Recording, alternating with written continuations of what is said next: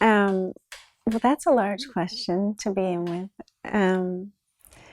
It started, novels always for me start with life. It starts with a character or something, someone that feels alive to me. And so very early on, I had this idea about this man who became Jules Epstein, who disappears in the Israeli desert. But he's a very specific kind of man. He is larger than life. He is full of certainty, an absolute authority in the world. And in a sense, never has any need for silence because he always knows exactly what he wants to say. And then I thought, what happens to this kind of man? What would make this kind of man disappear? This man who is the opposite of disappearance, of nothingness, of silence. How would he be led to such a place?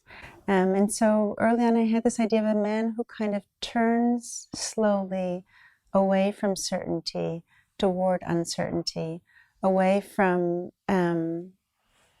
language towards silence. And that was all. That was the sense of the character. And then I wrote him for a while and put him aside. And at the same time, I started to write another piece. And this was, in a way, a piece just simply to chronicle an obsession that I had.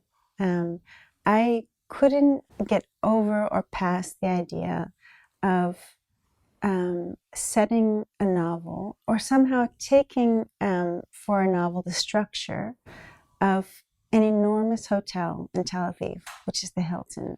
It's a kind of architectural monstrosity that's perched on the beach, on the shore in Tel Aviv.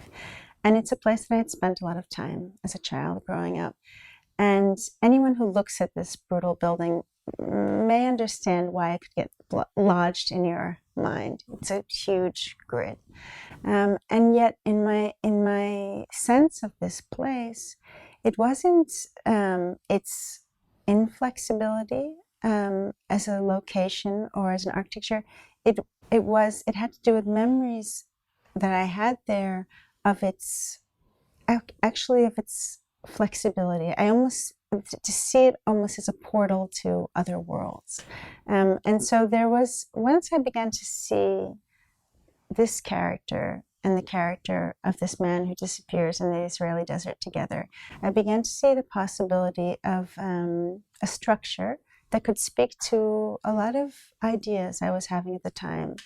Ideas about what it is to turn away from the assurance of certainty, of rational, factual knowledge, of subscribing to a set idea of reality, and what it would be to turn toward the unknown, toward uncertainty, toward other worlds, and what happens to us when we begin to do that. And so the story started there. Yeah, well, there's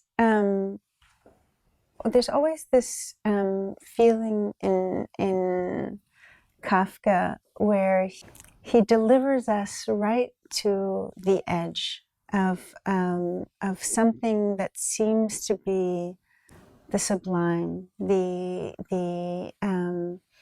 like, think of this incredibly beautiful vignette, which is from the trial, which is about, being before the open door of the law.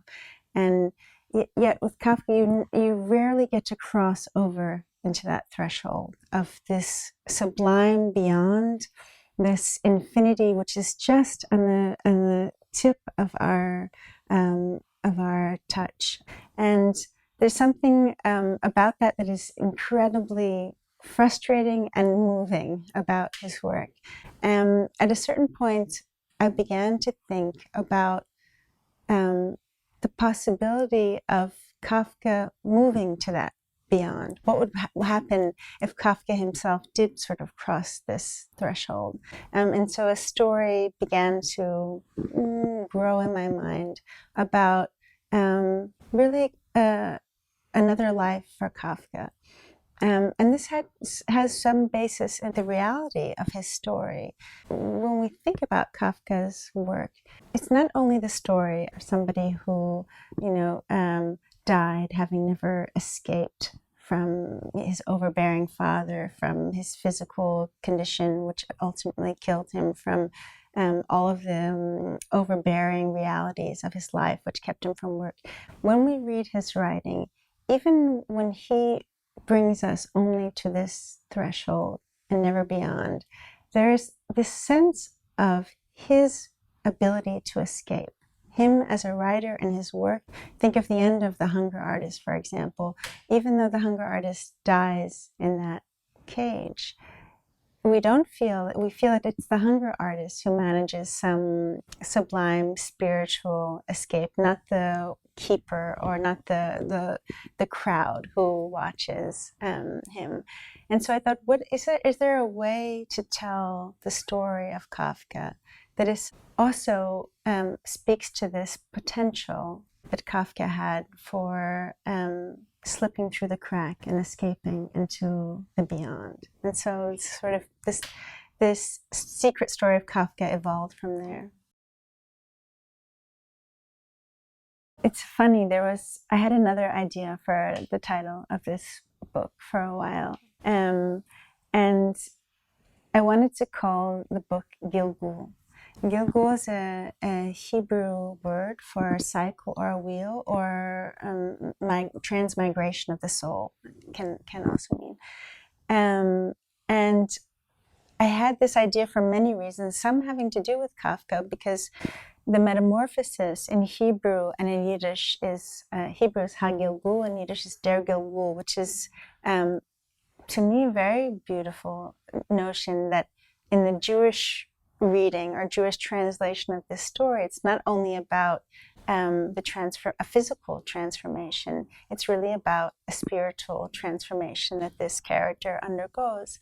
And the idea of Gilgul, this wheel, this cycle, or this kind of transmigration of soul, is in many places in the book. So I went to my publisher and I said, I think I have the perfect title. I'd like to call this book Gilgul. And of course, it's an American publisher, and they said, I don't think so. And I said, but why? And this is how art works. This is how literature works. It brings new words into the language that we didn't know we needed.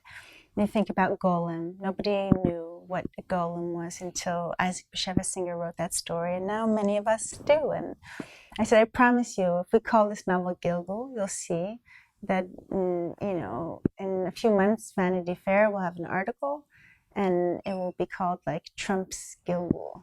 And I said, it's convincing, but no. So think of another title. And then I did. And I think, again, it's funny how these things rise up from out of the unconscious. But I suddenly thought of these lines, having not thought about them when I was writing the book. I thought of these lines from the opening of Dante's Inferno. Midway through the journey of my life, I found myself in a forest dark, for the straightforward pathway had been lost. And this notion of forest was everywhere in the book, and the notion of what the forest means, the potential it has as a space where we can lose our way. It's the opposite of the city. It's the opposite of the projection of human order and rationality. The forest is always the place where we go in literature, in myth, to find what is mysterious, to encounter the unknown.